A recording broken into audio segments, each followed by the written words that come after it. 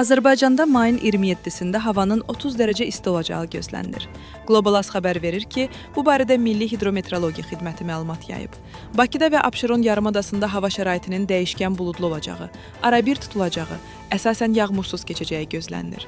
Lakin səhər bəzi yerlərdə qısa müddətli yağış yağacağı ehtimalı var.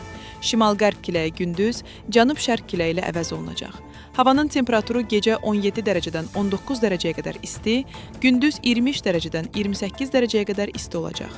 Azərbaycanın əksər rayonlarında havanın əsasən yağmursuz keçəcəyi, lakin gündüz bəzi şərq rayonlarında yağış yağacağı gözlənilir. Ayrı-ayrı yerlərdə qısa müddətli intensiv olacağı, şimşək çaxacağı, dolu düşəcəyi ehtimalı var. Gecə və səhər bəzi yerlərdə duman olacaq. Qərb küləyi ayrı-ayrı yerlərdə arabir güclənəcək. Havanın temperaturu gecə 14-dən 18 dərəcəyə qədər isti, gündüz 25-dən 30 dərəcəyə qədər isti. Dağlarda gecə 6-dan 11 dərəcəyə qədər isti, gündüz 17-dən 22 dərəcəyə qədər, bəzi yerlərdə 25 dərəcə isti olacaq.